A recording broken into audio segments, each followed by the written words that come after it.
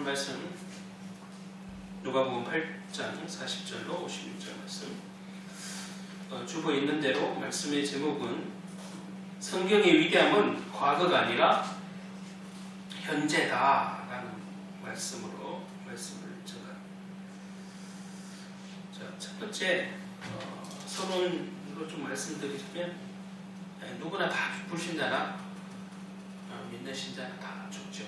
한 번 죽은 것은 정한 것이기 때문에 죽는 것은, 그래서 죽음은 다 믿는 자나 안 믿는 자나 사실 두려운 건 맞잖아요. 누가 죽고 싶은 사람 있어요? 아무도 안 죽고 싶어요. 그죠?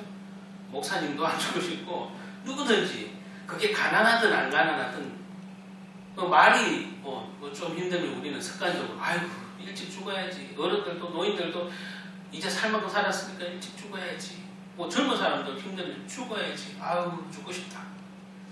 근데 막상 죽으려고 그러면 죽음이 다 두려워요. 죽음을 정말 할렐루야 하면서 갈 사람 아무도 없다니까요, 사실. 그죠? 죽음은 다 두려운데 사실 죽는 게 나은 인생도 있다 이런 얘기를 하면 이상하겠죠? 아, 죽는 게 낫다. 죽는 게 낫다. 우리 차라리 이렇게 힘들 바에 차라리 죽는 게 나아 이렇게 생각할 때가 있어요.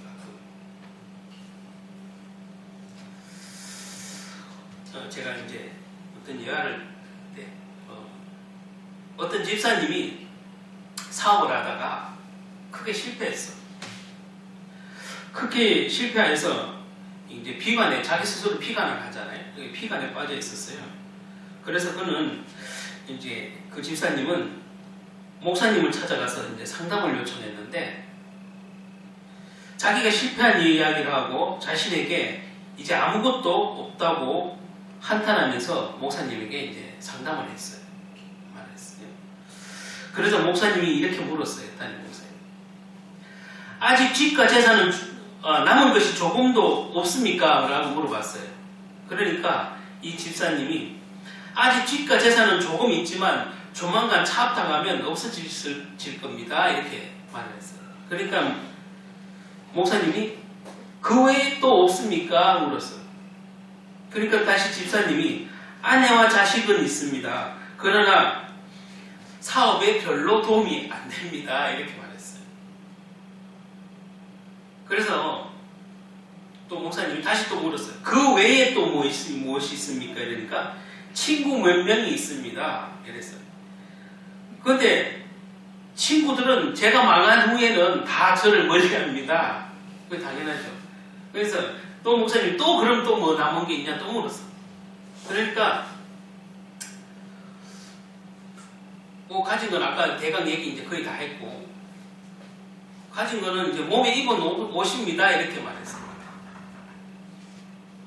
그러니까 목사님이 또 없습니까? 이러니까 이 목사님 왜 자꾸 물어? 없다니까 막 이런 마음이 들었어. 그러니까 뭐를 대답해야 될지 이제 고민하다가 이 집사님이 제 몸뚱아리만 남았습니다. 이랬어요. 제 몸뚱아리만 남았습니다. 이랬어요. 그러니까 또 목사님이 그래도 또 물었어. 목사님 진짜 집요하시네. 없다니까 뭘 자꾸 물어. 없다니까 이제 몸뚱아리밖에 없다고 대답했는데 또 물어. 그러니까 목사님이 또 없습니까? 이러니까 가만히 생각하다가 한참을 생각하다가 힘없이 이렇게 말을 하면서 이제는 진짜 아무것도 없습니다. 이렇게 말했어요. 그러니까 이때 목사님이 아주 결정적인 신앙의 말을 하셨어요. 진짜 없습니까?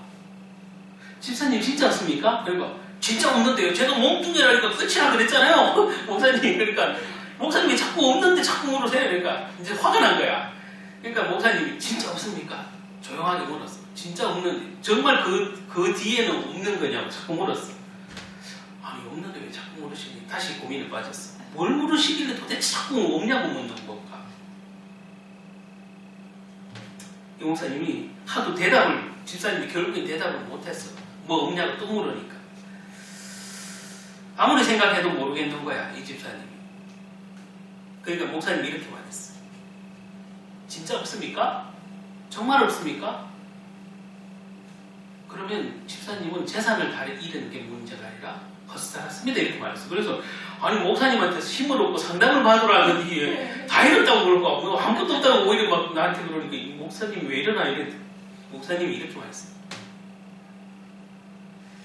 집사님은 정말 있어야 될 게 없다는 얘기가 지금 하시는 거잖아요. 뭐가 없습니까? 지금 집사님이 제가 집요하게 계속 묻는데 끝내 답이 안 나오는 그 한마디. 예수님이 없습니다. 집사님이 다 잃었다고 하는 게 문제가 아니라 진짜 있어야 될 것이 없는 거라고요. 집사님. 예수님이 없습니다. 재산을 잃은 거, 가족을 잃은 거, 친구를 잃은 거 아니에요. 집사님이 수십 년을 지금 신앙생활을 해도 정말 마지막 고백에 나와야 될 것은 적어도 예수님이어야 되는데 예수님과 하나님이 없습니다. 이렇게 맞잖아요. 적어도 본인이 신앙생활 오래 했고 집사라는 이름을 가지고 있으면 있어야 될 것이 있어야 되는데 정말 가져야 될 게 없잖아요. 정말 가져야 돼요. 저와 여러분에게 똑같은 질문을 한다면 이런 대답이 사실 몇 번을 질문 안 해도 사실 나와야 돼요. 내가 사업에 실패했다 그래도 누구 목사님께 신앙 상담을 하거나 누구에게 조언을 얻으려고 할 때 어떻게 했으면 좋겠습니다. 저는 다 해봤습니다. 무조건 좋은 얘기를 해주고 뭐 긍정적인 얘기, 그건 세상 사람들도 해요. 예수 안 믿는 사람들도 아이고 힘내라, 어떡하냐, 잘 되겠지 다음에, 이렇게 격려는 다 할 수 있어요. 그 신앙인이 꼭 그런 분에게 뭐 재산을 잃었든지 사업을 실패했든지 어려운 분에게 꼭 해야 되고 확인해야 될 부분은 예수님이 있냐 없냐를 물어봐야 돼요. 스스로 그렇게 점검이 되었죠. 정말 없다니까요. 몸뚱아리밖에 없다니까요. 그게 문제가 아니에요. 일할 몸뚱아리가 있는 게 문제가 아니고 예수님이 없는 게 더 문제라니까요. 그죠? 이 무렵에 그 이제 집사님이 이제 정신을 조금 차렸어. 예. 이렇게 대답을 해서 정신을 조금 차리고 이제 생각해 보니까 자기가 예수 믿는다고 떠들고는 다녔는데 정말 자기에겐 예수가 없다는 고백이 되어진 거잖아. 자기는 예수 믿는다고 자랑을 하고 다녔대. 나는 무슨 교회 다니고 어느 교회 집사고. 그 예수 믿는다고 자랑을 하고 다녔는데 정말 믿음이 없다. 예수님이 없다. 그래서 이 집사님이 결국엔 가만히 생각하니까 한심스럽거든. 자기 스스로거든. 그래서 회개하면서 이제 눈물을 흘리면서 목사님한테 이제부터라도 예수님을 아는데 힘써 내가 예배 참석하고 말씀 듣고 하겠다고 이제 목사님한테 상담을 그렇게 마쳤대요. 그렇게 마쳤는데 이 얘기가 뭐 남의 얘기가 아니에요. 사실 그죠? 우리 신앙에 꼭 있어야 되고 점검되어져야 될 부분이에요. 사업에 실패했는 게 문제가 아니에요. 친구를 잃는 것도 문제가 아니에요. 몸이 좀 아픈 것도 문제가 아니에요. 예수님이 없으면, 여러분 마음에 예수님의 생명이 없으면 여러분은 오늘 불러간다면, 지금 이 시간 당장에 하나님이 불러간다면 여러분 천국 갈 수 있어야 되는데 천국 못 간다는 현실이 진짜 최악이거든요. 그렇죠? 우리의 최악은 재산이 있는 게 최악이 아니고 몸이 좀 아픈 게 최악이 아니에요. 예수를 믿는다고 자랑을 하고 다녔는데 천국에 못 가는 게 최악이잖아요. 그게 최고의 실패예요. 그런 신앙의 실패를 맛보지 않기 위해서 우리는 정말로 꼭 예배 때가 아니어도 내가 이렇게 집에서 혼자 말씀을 보거나 집에 혼자 촬영하거나 내가 또 어려움이 있어서 교회 갈 힘조차 없다라고 생각이 들 때 한번 생각을 하면서 묵상을 하면서 나에게는 생명이 있을까? 나는 예수님을 자랑만 했지 나에게 진짜 예수님이 남아있을까? 아까 이 사람처럼 자기 재산 먹는 걸 다 틀어봐도 없다 할 때 예수님이 마지막에는 적어도 남아있어야 되는데 없다. 제가 이제 오늘 선을 좀 길었는데, 자, 예수님이 가룟 유다 보고 뭐라고 말했어요, 여러분? 생각나죠? 태어나지 않았으면 더 좋을 뻔했다, 이 얘기. 그냥 그 말 그대로 번역하면 되게 인격모독적인 얘기예요. 아무리 그래도 그렇지 가룟 유다에게 그런 인격적인 모독을 예수님이 할 수 있을까? 예수님이 좀 이상한 거 아닌가? 이런 생각할 수 있지만 지난번에도 제가 설명을 드렸는데 그건 인격모독이 아니라 회개할 기회를 잃어버린 것에 대한 안타까움이에요. 예수님의 안타까운 표현이에요. 회개할 기회를 잃어버렸던 그 가룟 유다를 향해서 오죽하면 그런 얘기를 했겠냐 이렇게 생각을 해야 되지. 아, 예수님이 사람의 인격을 무시했다. 그게 아니에요. 회개할 기회가 충분히 주어졌는데 끝까지 회개치 않고 그나마 죄책감에, 그나마 있는 요만큼의 양심에, 죄책감에, 예수님을 팔았다는 죄책감에 예수님께 나가서 회개를 하면 될 일이었는데 회개를 하지 않고 조금 그 양심이 작동해서 예수님을 내가 팔았구나 하는 그 양심을 가지고 자살을 해버리잖아. 자살할 용기 있으면 예수님께 가서 저 잘못했다고 빌면 끝나는 거예요. 그렇죠? 죄사함 받는 거예요. 그는 회개의 기회를 버려졌다는 것. 마지막까지 자기 스스로 자기 목숨을 자기가 선택했다는 것에 대해서 예수님은 지적하는 거예요. 안타깝다. 그래서 태어나지 않았으면 좋을 뻔했다. 내게 좋을 뻔했다. 이렇게. 저와 여러분이 만약에 예수님 이렇게 얘기를 한다면 너는 태어나지 않았으면 좋을 뻔했다. 한번 생각해 보세요. 끔찍한 얘기예요. 그런데 예수님이 우리를 그렇게 무시해서 뭐 하겠어요? 빨리 죄에 대해서 돌이켜서 회개하기를 원하는 거예요. 그리고 마귀가 그 어떤 속임을 주는 거에서 분별해서 빠져나오기를 바라는 거예요. 그런데 그렇게 생각을 안 하고 예수님조차도 나를 무시하네? 그는 성경적이지 않을 뿐더러 그는 생각 자체가 마귀가 갖다 주는 생각. 예수님이 무슨 그런 구원하러 오신 분이 그런 소리를 하겠냐. 자, 본론에 들어가서 오늘 본문에 보면 예수님은 두 사람에게 능력을 행했어요. 두 사람에게 능력을 나타내셨는데 한 사람은 사경을 헤매던 그 딸을 둔 회당장의 딸, 그죠? 그 회당의 유대인 회당의 그 딸, 회당장의 딸이었던 아이로라는 딸이었고 또 다른 사람은 혈류병을 앓던 여인이잖아요. 두 사람이죠. 치유받은 사람이. 근데 회당장 야이로에게는 한시가 급한 일이었고 혈류병을 앓았던 여인에게는 인생의 마지막이었다는 사실이에요. 같은 병이지만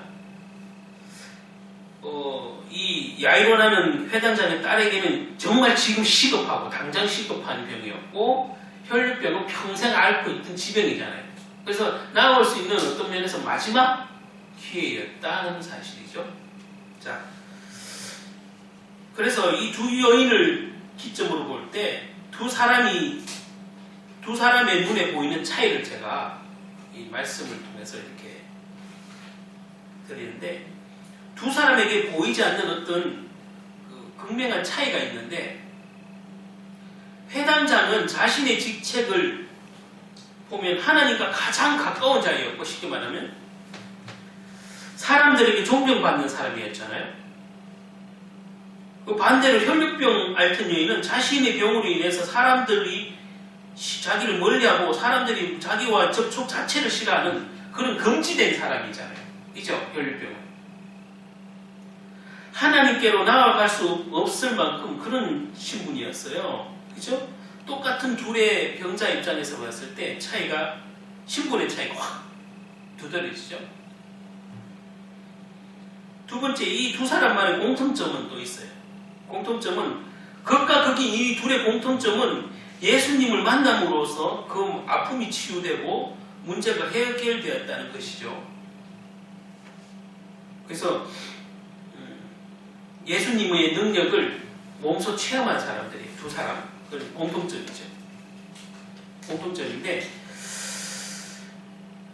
여기서 이 두 여인을 이제 그 치유로 함을 받은 이 여인에 대해서 이 두 사람에 대해서 가만히 보면 또 다시 분류를 할 수 있는데 이 두 사람은 예수님이 나타난 것이 결정적이었는데 뭐가 결정적이었냐? 둘 다 간절했다는 거죠. 공통점이죠.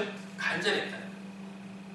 신분의 차이는 둘이 극명하게 차이가 나지만 둘 다 공통점은 간절함이에요. 하나는 마지막 기회라고 여겨지고 하나는 지금 당장 급한 시급한 문제. 여러분에게 한번 거꾸로 생각해보세요. 꼭 이는 육체적인 병이 아니어도 여러분에게 지금 당장 시급한 문제 아니면 내가 평생 뭔가 가지고 가는 지병과 같은 무거운 짐. 여러분 성도님들도 그 크게 보면 그런 두 부류 아니겠어요? 지금 당장 해결해야 될 짐을 가진 여러분과 평생 가지고 가야 될 문제를 가지고 있는 어떤 여러분이 있을 거 아니에요. 이 여인에 비유해 본 거죠. 야이로라는 해당장의 딸은 발 아래 엎드려서 간곡히 구했어요. 자, 이들의 행동을 보세요. 이 야이로라는 해당장의 딸은 발 아래 엎드려서 간곡히 구했어요. 두 번째, 이 혈육증 여인은 병든 몸을 여러 사람들 사이에서 밀치고 들어가서 예수님을 몸에 이렇게 대는 거죠. 둘 다 이어서 또 공통점이죠. 방금 말한 간절함과 실제 그 간절함을 몸소 행동으로 옮겼다는 거예요. 이 얘기는 곧 믿음을 행동으로 옮겼다는 거예요. 믿음. 나 혼자 그냥 이 믿음 있네 하면서 가만히 기다리는 게 아니라 적극적으로 자기 믿음에 대한 그 순종을 한 거예요. 그래서 예수님은 병자가 나았을 때 네가 나음을 받았다는 표현보다 뭘 제일 많이 써요? 네가 구원함을 얻었다는 표현을 써요. 그런데 병자에게 무슨 구원함이냐 단어가 안 어울린다 이렇게 생각할 수 있지만 여기서 표현되는 환자를 낳았다고 할 때 예수님 그 치유사역에서 낳았다고 할 때 구원함이라는 표현을 쓰는 이유는 육신적인 질병과 영적인 죄상을 동시에 얻었기 때문에 구원함을 받았다 이렇게 표현해요. 그래서 단순히 병이 치유됐다 이런 표현을 안 써요. 그러니까 예수님은 이 치유사역이 영육이 다 치유함을 얻는 사역이에요. 예수님의 사역. 영육이 다. 그래서 굳이 병이 나았는 건데 자꾸 환자들에게 구원함을 얻었느니라 구원함을 받았느니라 이렇게 표현이 이제 써야지. 성경에서 이러한 성도들의 간절함 그리고 실제 그 믿음의 행위 이런 것들이 놀라운 역사나 어떤 치유함이 일어나잖아요. 그게 현장에서 막 일어나잖아요. 초대교회도. 방금 말한 이런 공통점이 있어요. 그래서 예수님을 만나면 예수님을 모시고 오면 산다. 이게 기본적인 이들의 생각이잖아요. 이 환자들의 그리고 예수님을 찾는 무리들의 살 수 있다. 예수님 보기만 해도 살 수 있다. 예수님 만지기만 해도 살 수 있다. 예수님 옷자락만 만져도 지금 내가 낫겠다는 이 혈류증이.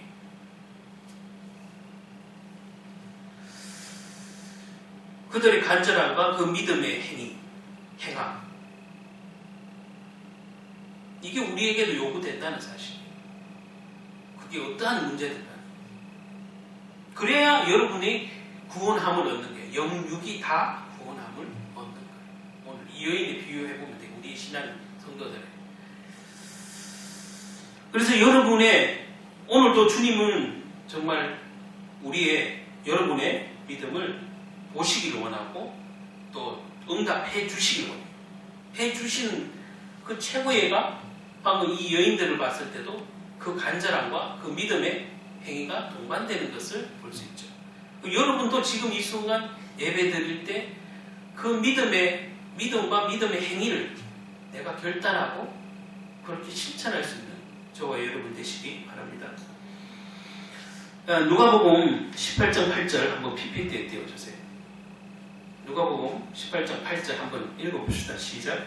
내가 너에게 이르노니 속히 그 원한을 풀어주시리라. 그가 인자가 올 때에 세상에서 믿음을 보겠느냐 하시니라. 아멘. 여러분의 그 기도는 지금 속히 필요한 어떤 치유함과 문제 해결일 수도 있어요. 그래서 내가 속히 그 원한을 풀어주시리라 지금 약속하셨잖아요. 예수님. 그리고 또한 미래에, 장차 올 미래에 인자가 올 때 그 믿음은 보겠느냐 하신 것은 믿음이 지속되겠느냐라는 얘기겠죠. 그렇죠? 그 잠깐의 은혜가 또 중요하지만 그거보다 더 중요한 것은 내가 다 미래에 올 때까지 너희들 믿음이 지속되겠느냐라는 얘기잖아요. 여러분 믿음이 말 그대로 일심, 전심, 지속이 되어야 신앙생활이 성공해요. 오늘 받은 은혜 콜라 까먹고 돌아서면 세상 얘기하고 육신 얘기하고 내 생각으로 가득한 거. 그래갖고는 정말로 설교 때 암만 감동받아도 내 삶은 변함이 없이 똑같아. 그건 제가 부교육자 생활하면서도 항상 그 성도님들 보면 느끼는데 20, 30년, 40년, 50년 신앙생활에도 그런 어떤 자기 만족을 위해서 다니거나 자기 자랑을 위해서 다니는 사람은 절대 신앙 안 하잖아요. 왜냐? 그 순간에만 은혜 받고 돌아가면 다 자기 생각이거든. 그 얘기는 성령 인도함을 못 받는다는 얘기예요. 근데 우리는 성령 인도인을 수도 없이 듣는데 제일 안 되는 게 성령 인도잖아요. 왜? 내 생각대로 하는 거니까. 성령 인도는 내 생각대로 하지 않겠다고 고백하는 거잖아요. 그래 놓고는 막상 설교 들 때는 감동받고 딱 설교 돌아서는 순간, 지금 예배당 나가는 순간 내 마음대로 사는 거야. 내 생각대로 살고 내 경험대로 살고. 그게 무슨 성령이 기도할 때만, 예배할 때만 성령 인도 해주세요 얘기한다니까. 결론적으로는 믿음 행위가 전혀 동반되지 않는 것은 결코 자기 인생도 신앙생활을 모사하고 자기 인생도 예수 믿을 때는 안 믿을 때는 별 차이가 없어요. 그러니까. 그래서 신앙생활은 어려워요. 그래서 그런 생각으로 계속 10년, 20년 다니니까 교회에서 밖에서 불신자가 겪는 그런 어려움이 교회에서도 그대로 일어나잖아요. 왜? 성도가 안 바뀐 상태로 계속 안 바뀌고 생각해보세요. 5명이면 5명, 10명이면 10명 세상 살던 그 모습 그대로 여기서 치유함을 못 받고 생활하는데 세상 싸움이 이어서 싸움 안 싸우겠어요? 세상 싸움이 이 교회 안에서도 똑같이 일어나죠. 그러니까 교회들이 싸우고 문제예요. 그게 크든 교회가 크든 작든 입으로만 자꾸 고백을 한다니까. 머리로만 알아. 예수님 계속 제가 반복하지만 나들을 주여 주여 하는 자마다 들어가는 게 아니라 아버지 뜻대로 행하는 자. 이게 뭐예요? 성령 인도잖아요. 아버지 뜻대로 행하는 자가 천국 들어간다 이 얘기. 여러분들이 성령 인도를 계속 받아야만 천국에 들어가는 거예요. 그 연속성을 생각 안 하고 야 나는 예수를 주라고 고백했으니까 한 번 고백했으면 됐지. 그러면 믿음이 안 자라고 내 삶이 안 바뀌어요. 그 안 바뀌면 어떻게 되느냐? 교회 와도 싸워요. 교회 와도 은혜 안 돼. 그러니까 단일 목사님이 부족할 수 있고 교역자가 부족할 수도 있어요. 그러나 그게 근본적인 문제는 아니에요. 정말 사이비 이단이 아닌 이상.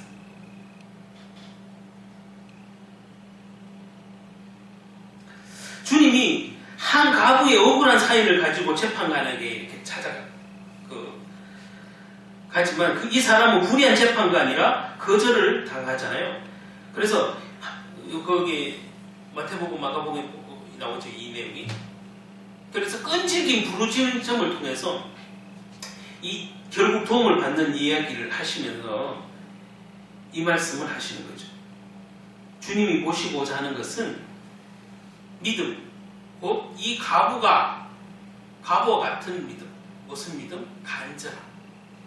떼쓰는 얘기가 아니에요. 여러분들은 사실 가만히 보면 한국 기독교도 많이 이상한 것은 간절함과 떼쓰는 것을 분간을 못해.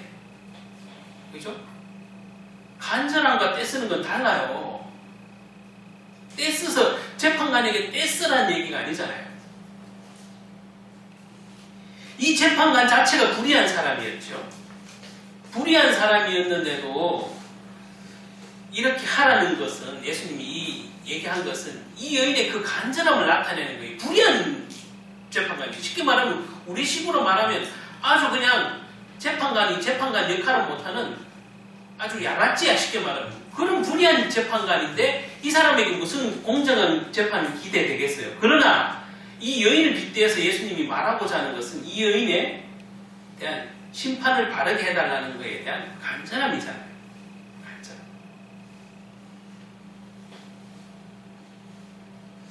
그래서 자신의 문제를 해결해 줄 사람이 불의하든 선하든 재판관밖에 없습니다. 라는 그런 간절함을 얘기하는 거예요. 거꾸로 더 직설적으로 얘기해 볼게요. 예수님이 때로는 마음에 안 들어. 하나님이 마음에 안 들어. 내 기도 들어줄 때는 좋다가 내가 내 기도 안 들어줄 때는 하나님 왜 내게 이러십니까?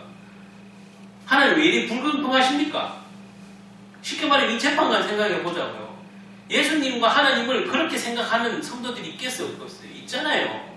내 기도에 응답될 때는 좋은 하나님이지만 예수님이지만 내 기도에 응답 안 되고 아니 내가 이만큼 했으면 됐지 내게 무슨 죄가 있다고 내게 왜 이러십니까? 그런 하소연할 때 그런 시험이 들 때 낭망이 들 때 이 불의한 재판자들 예수님 왜 그러세요? 하나님 왜 이렇게 불의하십니까? 공평하지 못하게 그렇게 불의한 재판관을 비유한 예수님의 그 뜻이 있는 거예요. 불의하든 선하든 그건 재판관이 한다. 재판받는 사람 입장에서는 불의할지 몰라도 이 오늘 예수님이 이 재판관 여인과 재판관을 이 비유할 때 무슨 얘기를 하자면 여인의 입장에서는 간절함을 얘기하는 것이지만 재판관의 입장에서는 재판관은 선하든 불의하든 저들이 생각하기엔 선하고 불의하겠지만 재판관은 한 분뿐이고 그 한 분뿐에게 오직 그 한 분을 위해서 내가 달려가겠다는 우리의 믿음을 비유한 거란 말이야. 내가 오직 그래도 주님만 바라고 내가 때로는 하나님이 불평 원망 막 되지만 그래도 주님밖에 없습니다. 왜? 창조자는 주님뿐입니다. 모든 신중의 왕이십니다. 내가 당신만 믿습니다. 그 고백을 할 수 있어야 된다. 때로는 내 마음대로 예수님이 마음에 안 들고 하나님 마음에 안 들겠지. 왜 내게 이는 불의하냐. 그래서 이 불의한 재판관을 예수님이 비웃던 이유가 있어요. 자, 그래서 오늘 이 말씀을 제가 여인 재판관에 대한 이 여인을 소개한 것도 이런 성도가 있기 때문에 이런 성도가 어떤 성도냐 믿음의 삶이 부담스러운 성도 믿음의 삶이 믿고 산다는 게 너무 부담스러워 힘들어 이런 성도가 있어요. 신앙생활 하는 중에. 오늘날 정말 저와 여러분이 이 사실을 몰랐다고 할 수도 없는 거예요. 왜냐하면 때로는 아까도 방금 제가 설명드린 때로는 하나님이 원망되고 하나님이 불의하고 하나님이 공평하지 못하고 하나님 제가 억울한 게 너무 많고 그래서 하나님이 그런 생각이 들 때가 있잖아요. 근데 그런 마음을 떠나서 우리는 그 온전한 믿음을 가지고 나가지 못하게 되는 것은 그 언저리쯤에 중간쯤 그냥 언저리에 걸쳐 있는 것은 왜 그럴까요? 그것은 예수님이 안 믿겨진다기보다 안 믿겨진다기보다 말씀대로 살기 싫은 거예요. 사실 우리 내 죄성 말씀대로 말씀 그대로 100% 순종하면서 살기 싫은 나의 죄성이에요. 그게 말씀대로 믿음대로 살기 부담스러운 성도라는 거죠. 제가 표현을 한 것은 말씀대로 살기 사실 좀 짜증나 싫어. 그게 인간의 죄성. 그 성도들 중에 생긴 거. 그게 안 믿는 거하고는 좀 다르죠. 예수를 믿지만 그 언저리쯤에 있는 것은 삶을 그렇게 신앙생활 하는 것은 안 믿는다는 것보다 그냥 타협하면서 살고 싶고 때로는 내 마음대로 좀 살고 싶은데 100% 순종하면서 사는 게 너무 부담스럽다 이 말이에요. 믿음대로 살고. 그래서 요한복음 5장 한번 봅시다. 요한복음 5장 38절 자막을 좀 띄워주세요. 39절 요한복음 5장 39절 자 함께 큰 소리로 읽어봅시다. 시작. 내가 성경에서 인생 얻을 줄 생각하고 성경을 연구하거니와 이 성경이 곧 내게 대하여 증언하는 것이니라. 것이니라. 아멘. 우리가 종교적인 위로 어떤 기적, 천국에 대한 믿음과 열망이 있어서 종교 활동을 열심히 하는 성도들이 있어요. 정작 이 모든 것의 주인은 예수님인데 말로는 예수님이 주인이야. 이 모든 것이 사실은 예수님이 주인이잖아요. 이것을 받으시는 분도 하나님이시고. 그런데 그 예수 그리스도를 따르는 삶이 싫은 거야. 100% 순종하기 싫은 거야. 방금 설명드렸듯이. 이 거부한다는 사실이 내 마음이. 그래서 사도 바울도 심지어 그렇게 시대적인 전도자도 내 마음에 두 마음이 있는 것을 고노라라고 고백했어요. 솔직히. 여러분, 저와 여러분에게도 가끔씩 나타나요. 목사인 사람, 목사도 나타나요. 목사라고 웃겠어요? 나타나요. 때로는 하나님 뜻대로 100% 살기가 너무 힘들어. 그래서 그것 좀 거부하고 싶어. 대강 타협하고 싶어. 말로는 성령 인도, 성령 충만하는데 성령 충만, 성령 인도보다는 내 마음대로, 내 경험대로 하고 싶은 것들이 때로는 있다니까요. 그러면서 그 믿음대로 산다는 게 때로는 너무 좀 싫을 때가 있어. 그게 내가 그런 삶을 살기 거부하는 거야. 이유가 무엇일까? 다시 한번 누가복음 9장 23절 한번 봅시다. 9장 23절. 자, 큰 소리로 한번 읽어봅시다. 시작. 또 우리에게 이르시되 아무든지 나를 따라오거든 자기를 부인하고 날마다 제 십자가를 지고 나를 따를 것이니라. 아멘. 이게 예수님이 요구하는 거거든. 이 얘기는 뭔 얘기냐면 단순히 나한테 헌금 많이 해라 그런 얘기가 아니에요. 가족을 신경 쓰지 마라 그런 얘기도 아니에요. 이게 대부분 한국 교회에서 설교 중에 되게 오류를 범하는 말씀이기도 한데, 나를 따라오거든 자기를 부인하라는 얘기가 핵심이잖아요. 그러면 자기를 부인한다는 것이 뭐냐? 자기 육신으로부터 나오는 생각, 마음, 정신, 가치관 그런 걸 다 주님보다 앞세우지 말라는 얘기예요. 저 부인이라는 것은. 그죠? 그래서 자기의 경험, 자기의 생각, 자기의 철학, 자기의 사상, 이념 그 모든 것을 예수님보다 앞서면 안 돼요. 그걸 부인하고 와야 나를 따르고 내 제자가 되리라 하는 거예요. 그런데 우리는 이렇게 안 살잖아요. 이렇게 살고 싶다가도 거부하고 싶은 게 또 사실이잖아요. 믿음대로 100% 순종하고 살기가 싫은 거예요. 사실은. 이게 인간의 죄성이에요. 사실. 구원받아도 이 순간순간 나오는 그런 원망, 불평이 나오게 돼 있습니다. 24절에 보면 지금 저 뒤에는 안 나오죠. 24절에 보면 누구든지 제 목숨을 구원하고자 하면 잃을 것이요 누구든지 나를 위하여 제 목숨을 잃으면 구원하리라. 이런 말씀이 있어요. 곧 자기 생각을 버리면 구원을 얻고 자기 생각을 버리지 못하면 구원을 얻지 못한다는 얘기랑 이어지는 거예요. 자기를 부인한다. 자기를 버려야 돼요.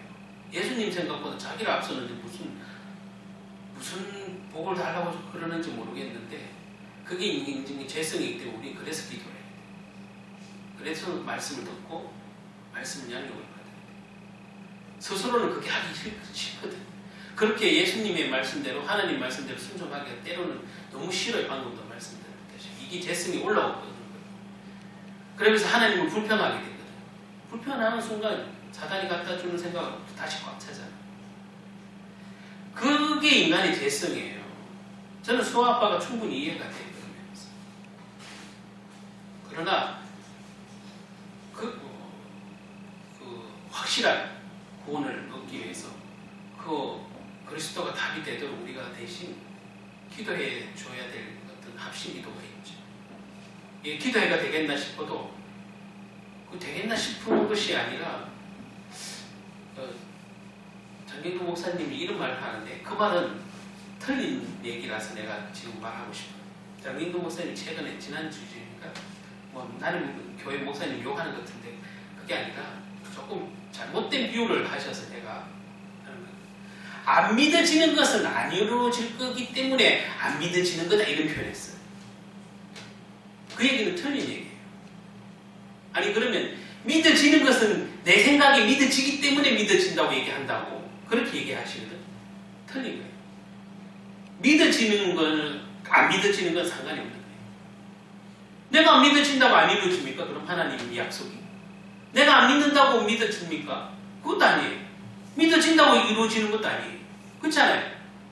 근데 그 부분은 장경동 목사님이 지난주에 설교 때 이렇게 풀어서 얘기하는데 안 믿어질 것은 나한테도 믿어지지 않나 그렇게 얘기하더라고요. 그럼 하나님의 섭리를 어기는 얘기예요. 그 얘기. 내가 믿어져야만 이루어진다 이런 얘기를 하고 싶은 거거든. 장경동 목사님 요지는 내가 믿어져야만 이루어진다. 안 믿어지면 안 이루어진다 이 얘기를 하고 싶은 거거든. 근데 그 성경을 보면 어디 그렇게 돼 있어요? 내가 안 믿어져도 하나님 약속은 반드시 일어나요.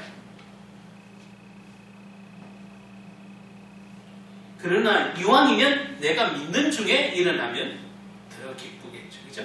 내가 안 믿는 중에 일어나는 것보다 믿는 중에 그런 응답이 있고 역사가 있으면 더 기쁘겠죠. 여러분, 그래서 아브라함이나 그 구약시대의 여러 가지 응답도 믿는 중에 일어나는 것도 있고 안 믿는 중에 일어나는 응답도 있어요. 그죠? 안 믿는 중에 나 안 믿었는데 나한테 일어났어 응답이. 예, 그런 게 있는 거거든. 그런데 여러분들은 믿는 중에 일어나는 것이 더 복된 거예요. 그래서 예수님은 네 믿음이 항상 너를 구원하였느니 이랬지. 내가 너를 구원하였느니 이런 표현 안 쓰잖아요. 예수님이 치유사역할 때 네 믿음이 너를 구원하였느니라 얘기를 하시고 네 믿음.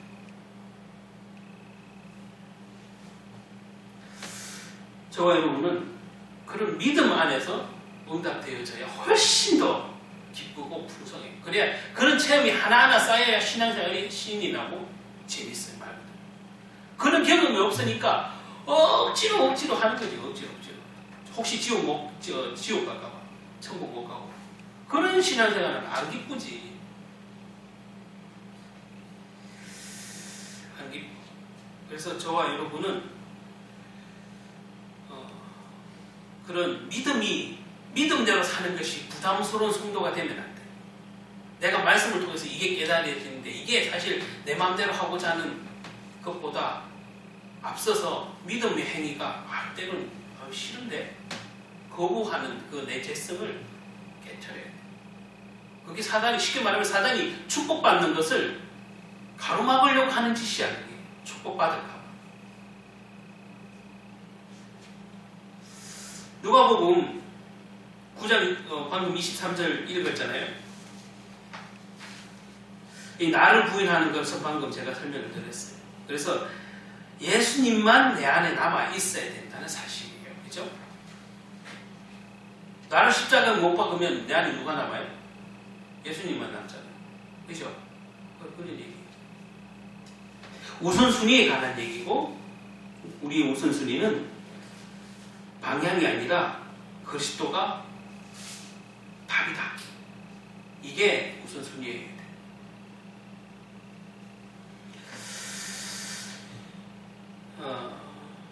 예수님을 우리가 자기를 부인하고 예수님을 따라간다는 것은 부인하는 삶은 이 자체가 벌써 거룩한 삶이라는 거죠. 거룩한 삶. 그래서 그런데 여기서 우리가 아까도 말한 한 가지 오해가 있는 것이 있습니다.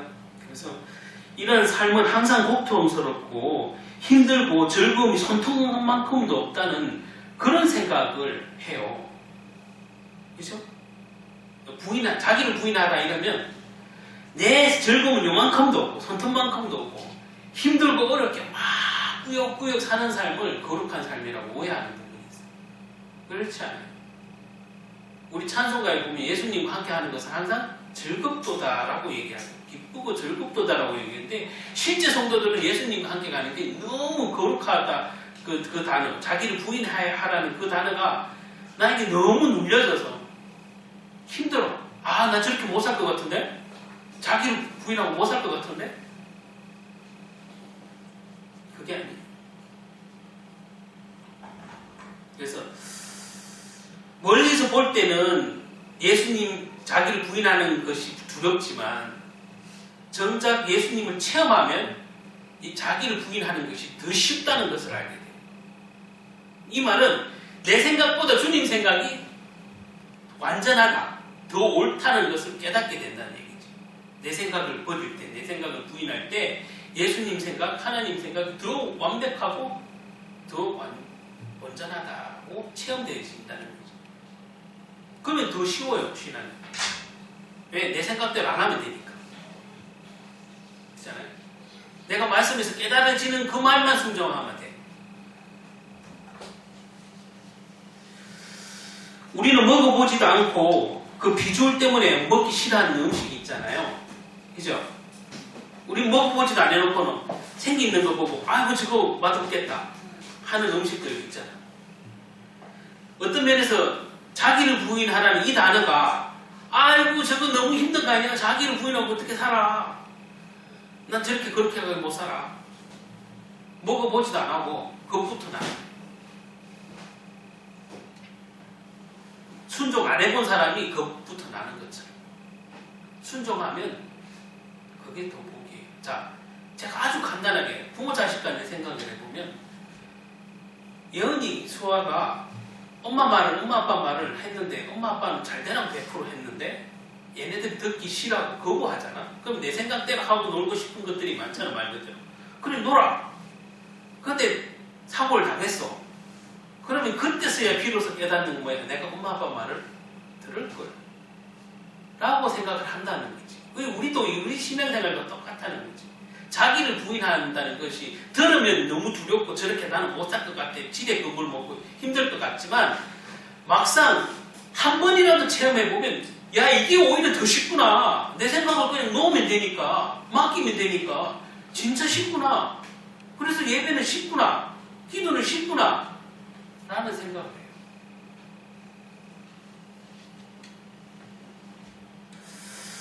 그리스도께 닮아가고 자기 십자가, 자기를 부인하는 삶이 굉장히 어렵고 힘들게 보이지만 그것은 그 어려운 게 아니에요. 즐거움으로 가는 게 하나님과 동행하는 거예요. 믿음이 시험을 당하잖아요. 우리는 성도들은 믿음이 시험을 당하잖아요. 처음에는 좀 똑바로 믿음을 시작을 했다가도 나중에는 자기 자신에 도취돼서 자기 마음대로 신앙생활을 하는 사람을 많이 보잖아요. 그래서 이단이 생기고 뭐 신앙생활을 아예 방황하기도 하고 그래요. 오늘 이 해당장의 딸 그거 보면은 예수님 오늘 지금 제가 치유사역을 말씀드렸는데 이 야이로 해당장의 딸이 보면은 예수님 오기 전에 사실 죽은 거예요. 죽었어요. 자, 그리고 친구 나사로가 이미 죽은 지 나흘이나 되었다고 성경에서 말하잖아요. 그때 사람들의 공통적인 생각은 예수님이 조금만 더 일찍 왔으면 하는 생각을 했겠죠. 그렇죠? 예수님께 자신의 모든 것을 걸고 엎드렸던 회당장의 마음, 그리고 오빠를 예수님이 만져주기만을 하면 살 거라는 두 자매, 결국 예수님을 기도 한 번 받아보지 못하고 죽음을 목격했을 때 얼마나 허망했을까 생각해 보세요. 예수님께 무릎까지 꿇었던 이 야이로는 예수님을 모시고 자기 집으로 가는 도중에 자기 집에 사람이 왔어요. 그래서 노상에서 만나는데 그 사람이 이렇게 말했죠. 딸이 죽었습니다. 아까는 병들었지만 지금은 죽었습니다. 그런 거로 예수님을 더 괴롭게 하지 마세요. 끝났으니까. 바로 이 순간 야이로는 대단히 중요한 기로에 설게 됐는데 예수님을 데리고 가야 될까? 죽었다 그러니까 그냥 중간에 가다가 그냥 가지 말까? 어떻게 하면 좋겠습니까? 병들었다고 하던 딸이 죽었다 그랬어요. 이제 어떻게 하면 좋겠냐고. 예수님을 모시고 계속 가야겠습니까? 아니면 이제 다 끝났으니까 늦었으니까 예수님을 안 데리고 가야 되겠습니까? 그냥 예수님이 진짜 조금만 더 일찍 오시지, 그런 원망을 하겠습니다.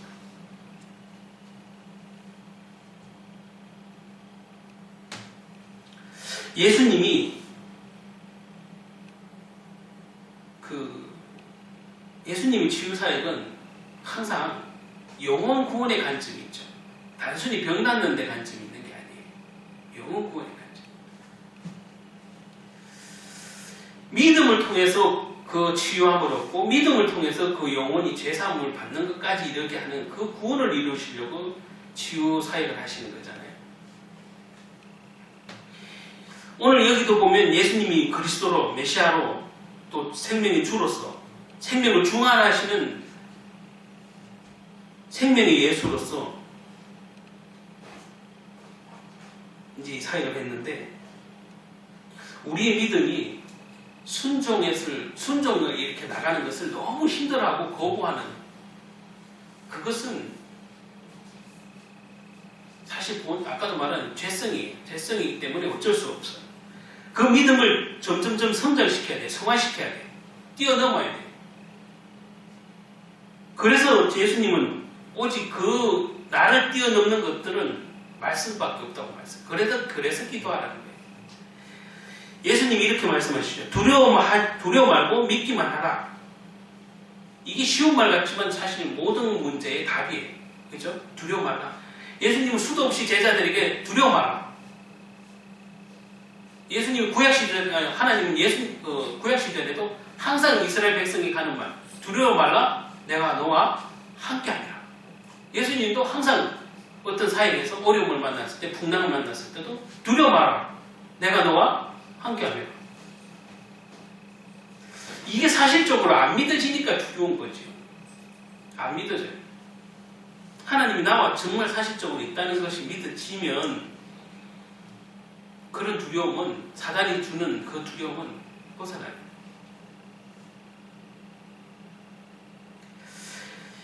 오늘 여기 해당장 야이로는 예수님을 모시고 딸이 죽었다는 자기 집으로 갔어요. 그래서 그 행동 자체가 믿음이었다는 사실이에요. 그 행동 자체가. 중간에 가다가 딸이 죽었다 그러니까 에이 이미 늦었어, 포기하고 그냥 예수님 죄송하지만 딸이 죽었답니다, 예수님 그냥 더 이상 오지 마세요 라고 했을 수도 있잖아요. 아까 그런 기록인데, 이 해당장이었던 야이로는 끝까지 데리고 갔어. 그래서 예수님은 그 자체를 믿음으로 보시는 거예요. 그 행동 자체. 이제부터 하나님의 역사가 시작되는 거죠. 그때 예수님은 공통적으로 하시는 말이 두려워하지 말고 믿기만 하라 했다는 거죠. 요한복음 11장 40절을 한번 봅시다. 자, 읽어봅시다. 시작.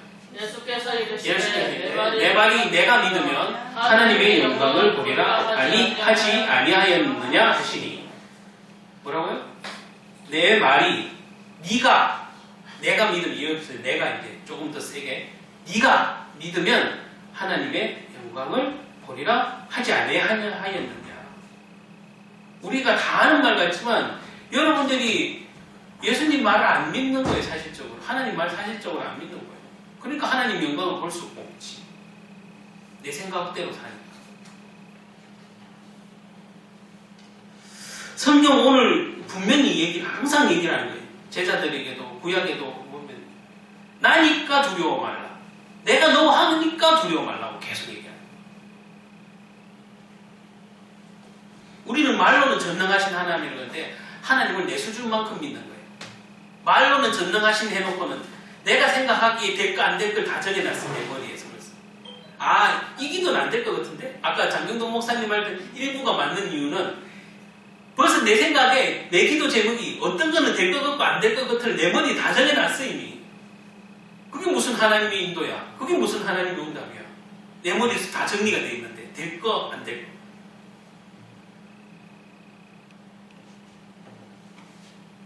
그래서 히브리서 11장 말씀처럼 믿음은 바라는 것들의 실상이라고 표현해요. 믿음은 보이지 않는데 그 보이지 않는 것이 실상으로 나타나는 거죠. 뭘로? 말씀으로. 그게 믿음입니다. 우리가 공기가 없는데 숨을 쉬는 것처럼, 냄새가 없는데, 아니 냄새는 눈에 안 보이는데 우리가 냄새를 맡는 것처럼 하나님의 성령도 그렇다는 거예요. 다시 마지막으로 우리 생각해 봐야 되죠. 야고보서 1장 2절 한번 봅시다. 4절까지.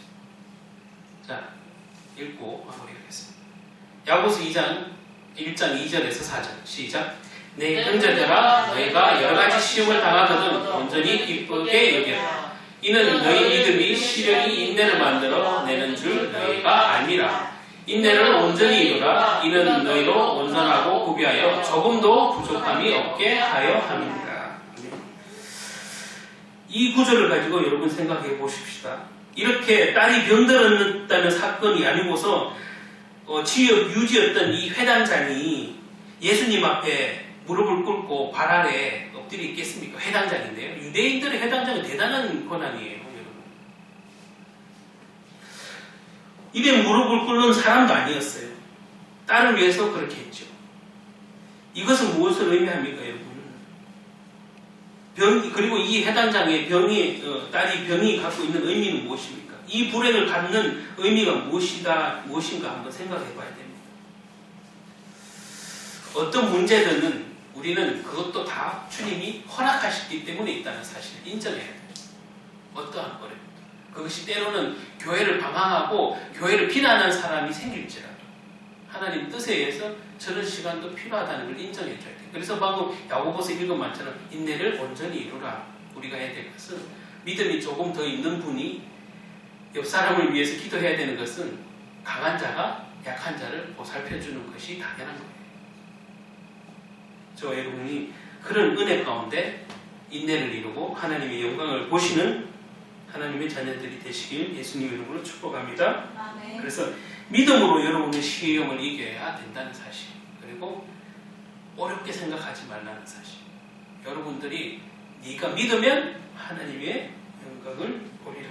오늘 그 말씀을 가지고 한 주간에 내가 순종하기 힘든 부분도 주님께 맡기시는 여러분 되시기 바랍니다. 아멘. 기도하겠습니다. 하나님 감사합니다. 믿음이 오히려 우리의 신앙을 자라게 하고 우리가 더 영적 전쟁에서 승리하게 하는 줄 믿습니다. 믿음을 온전히 이루라. 조금도 부족함이 없이 채우기 위해서 우리에게 허락하셨다는 사실도 우리가 말씀을 통해서 오늘 또 한 번 깨닫게 됩니다. 주님, 우리가 두려움 말고 흔들림 없이 믿음 안에서 순종함으로 자기를 부인하고 성령의 충만함을 받고 성령의 인도함을 받아 하나님의 영광을 보는 한 주간에 그런 축복이 있는 가정이 되게 도와주시옵소서. 아멘. 돌아가는 그 발걸음에도 주님 천국천상 함께하여 주시고 한 주간에도 말씀에 순종할 때 하나님의 영광을 보는 귀하고 복된 가정 되게 도와주시옵소서.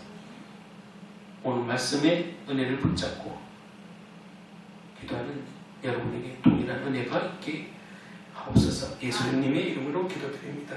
아멘. 아멘.